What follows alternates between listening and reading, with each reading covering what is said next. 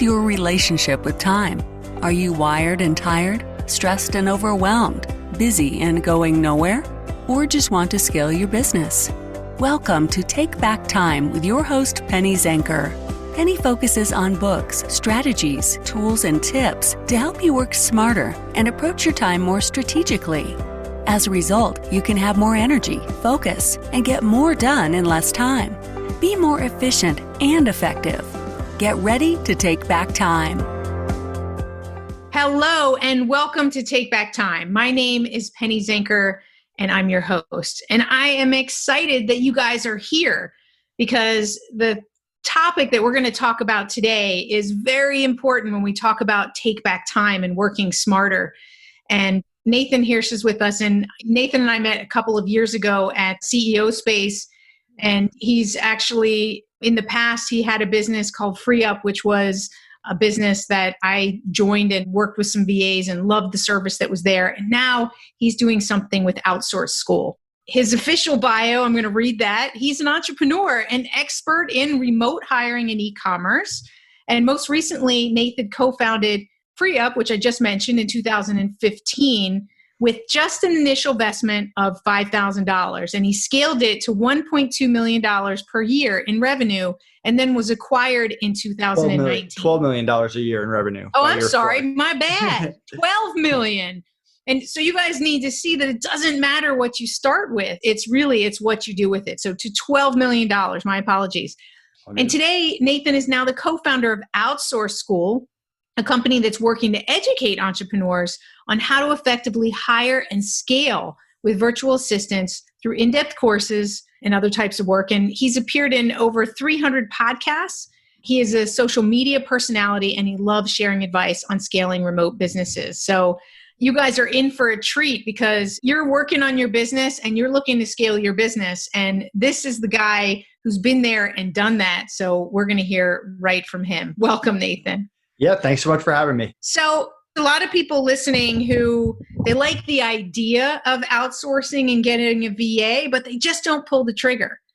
Maybe they say they just don't have the time. It takes so much time in order to do that and whatnot. What would you say to them? Why are they not pulling the trigger, and what can they do about it? I think that there's a bunch of different objections. I think one of which is time or money. And what I like to point out is if you do the math, if you pay a virtual assistant $5 an hour, which I have a lot of great VAs at $5 an hour, and if you hire them for just 5 hours a week, you're going to save over 260 hours a year for about $1,300 for the entire year. That's about the cost of a meal per week. So yes, there's a little bit of time up front creating a hiring process, and that's kind of where the next objection is, which is confusion. People don't know how to do it or what to do in what order. And that's where Outsource School comes in, where we teach them, hey, do this first, do this second, interview, then onboard, then train, then manage. And then I think the last objection is just fear, right? Everyone's business is their baby. I know Free Up was my baby. Outsource School is my baby now. And everyone's concerned that someone's going to hurt their business or steal from their business or whatever it is. And I mean, what I found working with thousands of virtual assistants is they care so much more about keeping you as a client, providing for their family, getting a good review, staying on the marketplace they're on or that you got them, than they do about hurting or jeopardizing your business. And there's always going to be a risk, right? Like even if you hire your best friend to sit right next to you, there's always a chance they do something stupid and jeopardize your business. But the risk is a lot smaller than people think. And if you follow the right processes, the right steps, and you focus on making an opportunity to get your time back, usually those objections can all be overcome. And the entrepreneur is a lot happy once they make the hire and set up the process.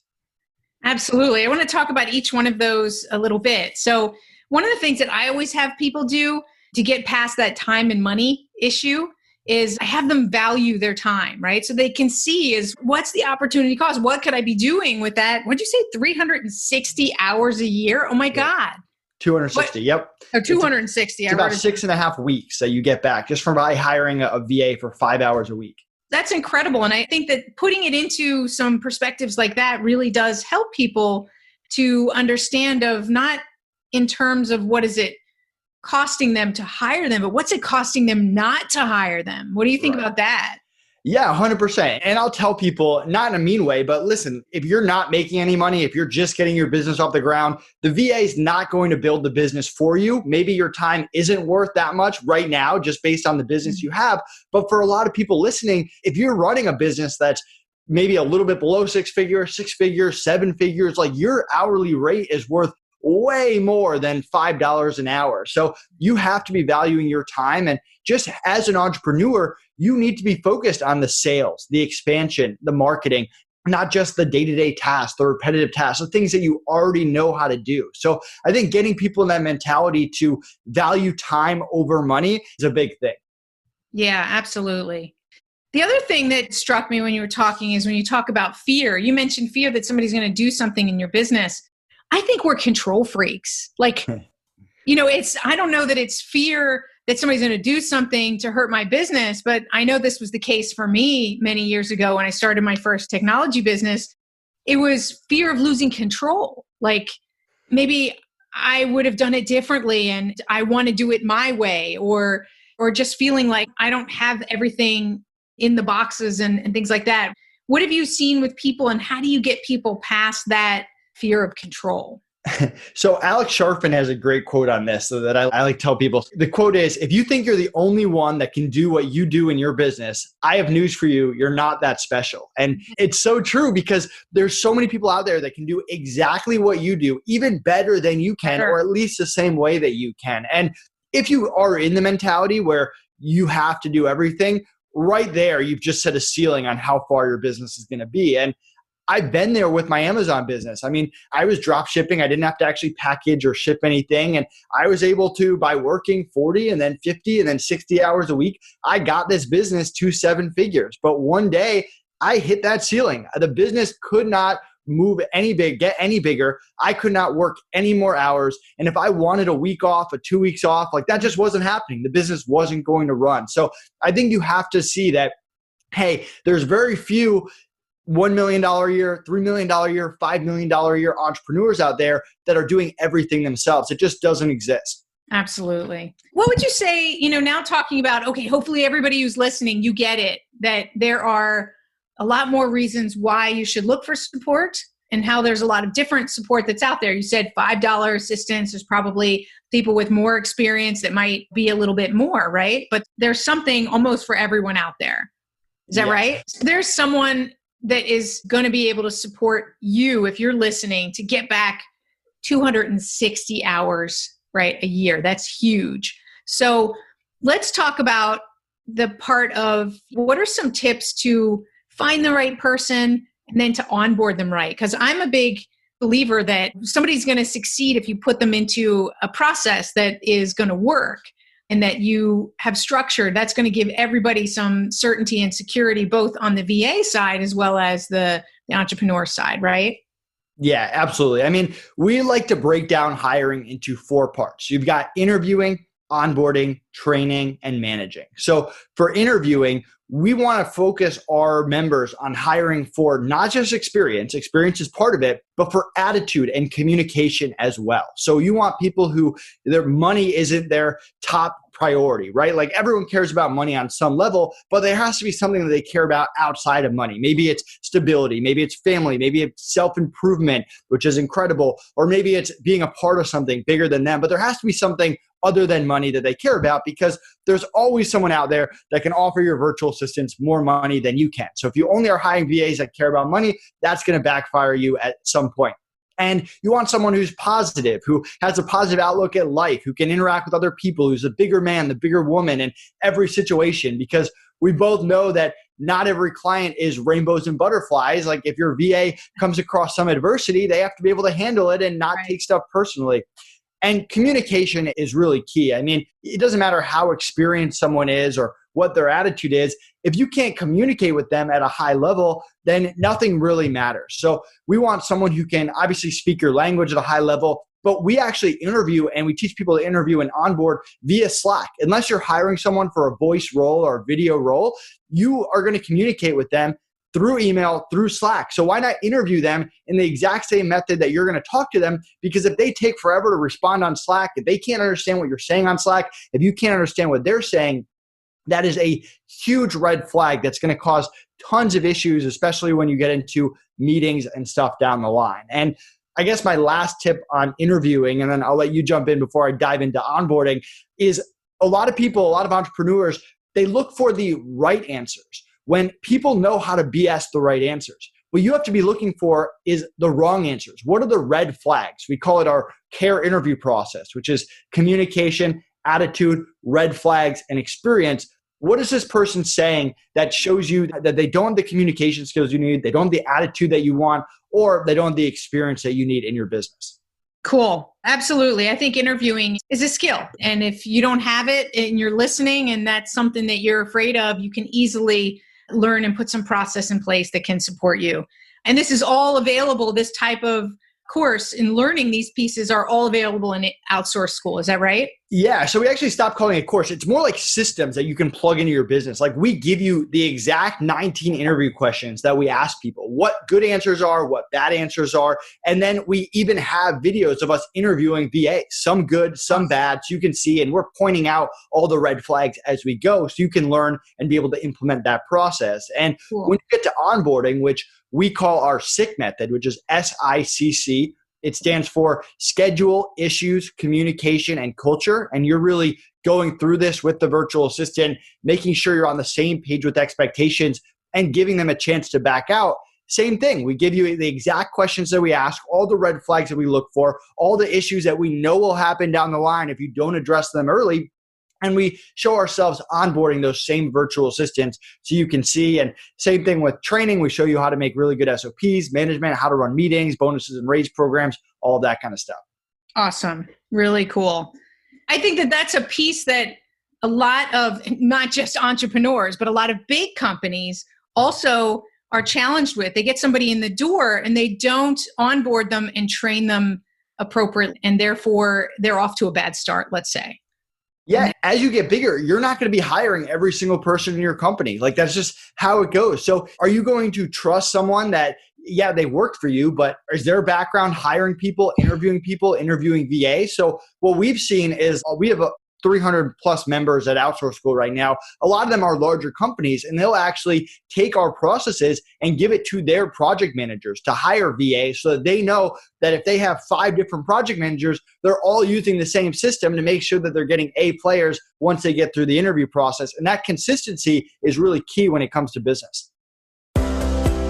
Distractions are the enemy of productivity. Go to distractionquiz.com and find out your distraction profile. Are you a time zombie or a hamster? Take this free distraction quiz today to rate your ability to focus on what keeps you from being a wizard. Go to distractionquiz.com.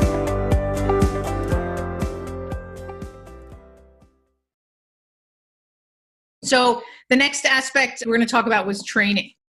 Yeah, so training comes down to SOPs, and we've really tried to rebrand Outsource School. Can you tell people what SOP is? I know that you might be really familiar with that, but not everybody knows that term. Yeah, it's a standard operating procedure, a training guide, what the systems of your business that you want to own. Because I hear all the time entrepreneurs that say, oh, I just want to hire an agency to run this. I'm just going to hire someone who already knows how to do it, which can be okay. And there's a certain times to hire experts and hire doers. But the core stuff in your business, you need to own those systems. You don't want an agency running your entire business. And I've seen this where a member of Outsource School, back when I knew him from FreeUp, he hired a family to run his Amazon business. And the family knew Amazon really well and his business did great. But then one day he pissed off one person in the family and the entire family quit on him and his systems went out the door because he didn't have SOPs. He didn't have standard operating procedures. Creating standard operating procedures, I like to break them down, and we dive more into this in Outsource School, but breaking them down into the why, the steps, and the important reminders. So the why is, why are we doing this task? Because so many entrepreneurs skip that. They just say, hey, here are the 10 steps, go do it. And they don't give the virtual assistant any idea why they're doing this task, how it impacts the big picture, what success, what failure looks like, what the expectations are. I even like to take it a step further. If I've fired VAs in the past for that role, I'll say, hey, the last few VAs didn't work out. I won't mention them by name, but I'll say for XYZ reason. So before the VA even starts, they know the big picture. They know why they're doing the task. They know what success and failure looks like, and they know what's going to happen if they do the things that the other VAs did. So that's the why. Then you got the steps, the step 1, step 2, step 3. And we know that videos do better than text. Usually text and video is better, but videos versus text, video is better. But video is actually a pain because your SOPs will get updated over time, and then you have to refilm the video or hire a video editor. So we built a software called Simply SOP that our members get for free that allows you to create easily and update and switch out steps and give your VAs access and share and have your SOPs all in one place. But you're creating those steps, step 1, step 2, step 3, and you're improving it over time. Usually the first draft of the SOP will get you 70 to 80% there. And my goal is to always give the virtual assistant ownership of the SOP so they make it updated over time. And with FreeUp, when I had 35 virtual assistants, I didn't update all these different SOPs. When we went to sell FreeUp, all our SOPs had been updated by the VAs every single month for the past 4 years, which is important. And then the important reminders. Can I stop there for a second? Yeah. I think it's a really important piece because as a coach, productivity coach, I've worked with a number of CEOs and business leaders, and it's not any different. Even if they're not virtual assistants, they're in the organization. So I want to make sure that everyone who's listening, this doesn't have to be about hiring a VA. This could be about hiring somebody in your organization. These same steps and definitions are important. So I remember there was a lot of, I can't write all this down. I don't want to be responsible for documenting it. I hate that kind of thing. And you can have somebody shadow you doing the work, right? So that's like this VA is keeping process up to date because at the end, they're the ones who are doing the work and they're knowing that initial definition that you gave where it's a little bit off and where they've tweaked it over time. And that's so critical that is in their responsibility. Yeah, I completely 100% agree. And it's also one of the best indicators for team leaders down the line because down the line, when you have 35 VAs like I had with FreeUp, I don't want 35 VAs all reporting to Nathan. I need to have team leaders and assistant team leaders. And I also don't want to wake up one day and say, oh man, I need a team leader. Who should that be? And hiring external, while it can be great, is also super risky because you're going to hire someone, you're going to train them, and only after you train them are you going to know if they're going to be a good team leader once they learn your processes, even if you're not training them from scratch. So I love promoting internally, but when I go to hire a team leader, I want to say to myself, who has really taken ownership of their task, of their role, of the SOPs? And that's a great indication of who a good team leader is going to be. And my last point on SOPs is the important reminders. So an example of that would be, I have a VA that runs my inbox. My important reminders, they say, if my accountant or my lawyer emails me, don't respond to those emails. That's an important reminder. I'm not going to hide it in step 10, part B. It's going to be at the bottom of the SOP so that if they're missing the important stuff that I put at the bottom, that's a huge red flag. So create really good SOPs, and that's really the key to freedom in your business. Awesome. Absolutely. So we've got the training and then we have the managing. Yes. So managing, we probably can't cover in the whole hour. That goes in everything from meetings and having like a all hands on deck meeting, team meetings, one-on-one meetings every quarter, setting up bonus and raise programs so that your VAs feel appreciated. We gave bonuses to our team every 6 months. We gave them raises. When we sold FreeUp, we took $500,000 from the sale and gave it to our internal team in the Philippines and made sure their jobs and bonus and raise programs were secure because we know how important that is. It goes into handling issues. It goes into team leaders and assistant team leaders and make sure that they're okay with that and the additional responsibility. It goes into firing virtual assistants because here and there, although I haven't fired a VA in a while, you do have to do it. And when you wake up one day and you have to fire someone, you don't want to be scrambling around and knowing, hey, or thinking, what do I have to do? You need a checklist where, hey, you do 7 steps, the VA is fired, you inform the team, and you move on. And so just kind of breaking down how you manage them on a day-to-day basis. So this is very system oriented, right? I love that because I believe systems make things more flexible and make things easier for you. But there's a lot of people who feel like they don't follow systems well. And I know many leaders in organizations who set up systems and that's good for everybody else, but they don't follow the systems. So what's your feedback on that? So what I like to tell my team leaders and my virtual assistants is that I want them to imagine that I just have a million things going on at all times. Everything's pulling me in a million different directions because that's just the truth. That's just what the life of an entrepreneur is like. Right. So I need them to be more organized than me. I need them to keep me accountable. If I say, hey, I only do 1 podcast a day, so I can block time for XYZ, I need them to hold me to that. So what I like to do is make the support system around me incredibly organized, incredibly focused on the systems. And that makes me as an entrepreneur even more drawn to the systems and keeps me in line, even though they're working for me, if that makes sense. Yeah. So you give them permission to call you out. Definitely, 100%.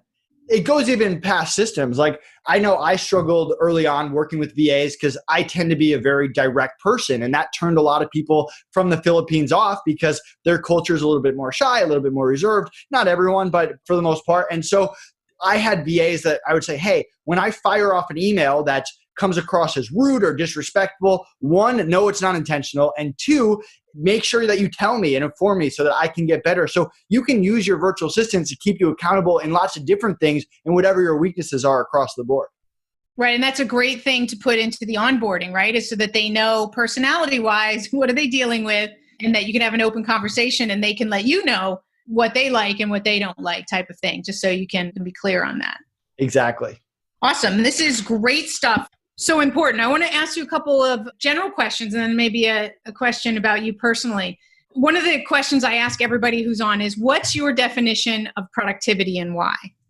My definition of productivity is taking the most productive hours of each day and getting the most out of them. And I'm a big proponent of this.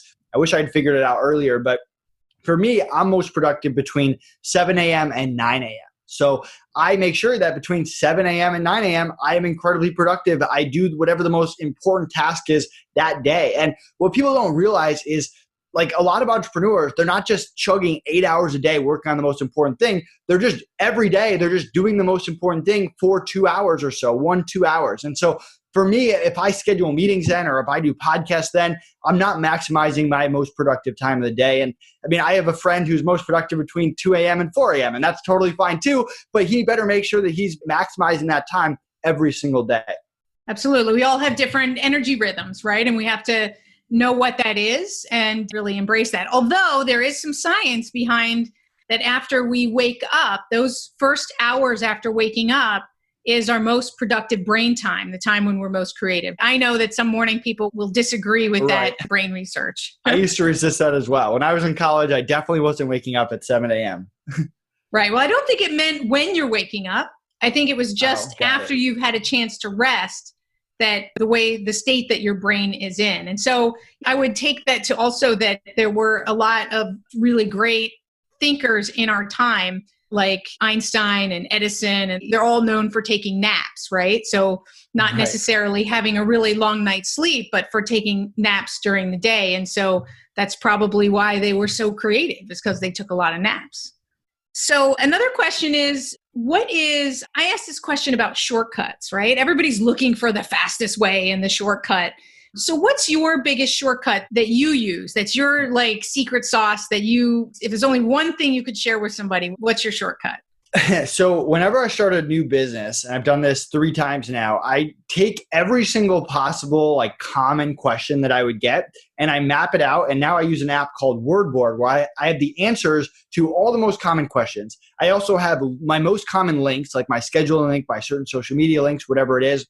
And then I'll even make quick videos. Like with FreeUp, when people would say, how do I request a video? Or how do I request a freelancer? I would make a 30-second video that shows it. So whenever someone would message me, instead of me having to stop what I'm doing and type it out or send a voice message, I would just say, hey, here's the link to this. Or I'd click a button and that canned response goes in. And over the course of a year, it just saves you so much time. And it doesn't mean you have to be a robot. You can still make it personal and just be like, hey, I made this quick video about it. But if you spend the extra like hour or two just setting that up front in your business, it's going to save you so much time down the line. And you can give it to your VAs and it's going to make your VAs better as well. What's the tool called? WordBoard. There's a lot of them out there, but I use WordBoard. Okay, I use Text Expander, but I think it's the same type of thing. Is that very, right? Very, very similar. All right, I'm going to check that one out, WordBoard. Awesome. And what's your biggest, you're, how do I want to say, maybe more advanced than some, maybe, but we all have something that we can learn or a challenge that we're struggling with. What's your biggest challenge?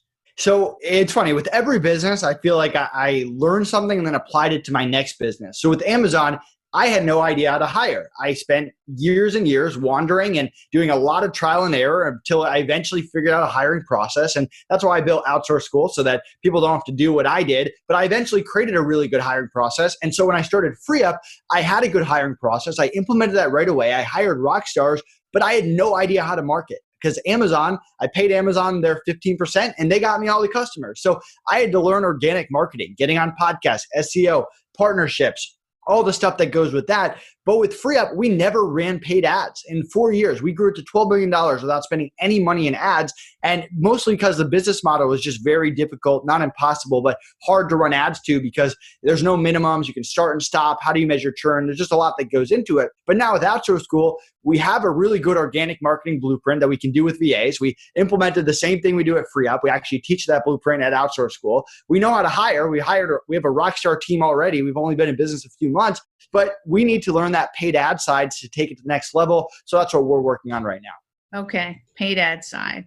And how about for you personally? Like that's the business challenge. What's your personal nemesis? Like, people always say to me, oh, you're always talking about productivity. You must be so organized. And I'm like, squirrel. No, that's not my natural way of being. I have to really work at it. What do you have to really work at? Because it's your nemesis. I'm really bad at turning my brain off and kind of relaxing. I think a lot of entrepreneurs struggle with that. I'm always thinking of ideas. I'm always thinking, like, the more time I take off, the better ideas I come up with. But I've been working on meditation and kind of being able to get away, reading a book that has nothing to do with business, stuff like that. Right. Awesome. And any recommendation that you can make to other people that are having that same challenge? Because like you said, that is pretty common for entrepreneurs. Yeah, try meditation. It's been a game changer. You don't have to spend a lot of money on it. Go on YouTube, find some meditation channel, test it out, find someone that knows what they're doing to talk you through it, and just try it. It's not for everyone, but it's been an interesting experience. Is there anything else that you wanted to share with this audience before we close out? No, I'm very easy to contact. I love networking with other entrepreneurs, so people can feel free to reach out to me, Nathan Hirsch on Facebook or LinkedIn, Real Nate Hirsch on Instagram or Twitter. And even if it has nothing to do with VAs, I'm more than happy to chat. Awesome. Thank you so much. I could ask you a ton more questions and get into more about your selling of your business and why you started those businesses and all those things, but we'll have to save that for another time. Yeah, and anyone that wants to check out Outsource School, go to outsourceschool.com. You can grab a free trial of our membership, Outsource School Insider. You can grab a free trial of our software, Simply SOP, and you can also schedule a call with us if you have any questions. Awesome. And I'll be posting those links so that you guys get those because this is important. This is how you grow and scale your business. Because wherever you are today, if you're not at that point already where you've hit that plateau, you're going to get there. So don't wait until you get there. Organize your business in such a way that you're already hiring people to support you and that you're offloading anything that isn't really the highest priority, anything that's repetitive, anything that you can delegate. You really want to take a look at how you can do that and constantly re-looking at it, stepping back and saying, okay, where am I today and what else could I take off my plate? Because that time that you gain back, the time that you take back is going to be time that you're going to be able to use to scale your business further, to spend more time with your family or traveling or that extra other project that you wish that you just had time for. So Absolutely. Why wait? Now's the perfect time. We're all in this pandemic situation where things are changing. So this is a perfect time to, even if you want to call it experiment, I kind of find that if you don't like change, sometimes when you see it as an experiment, it doesn't seem as daunting. So try it out, see how it works, and gain some experience with it. 100%. So Nathan, thank you so much for all of your great inputs today. Yeah, thanks so much for having me. And thank you all. This is Take Back Time. My name is Penny Zanker, and we will see you in the next episode. Thanks, everyone.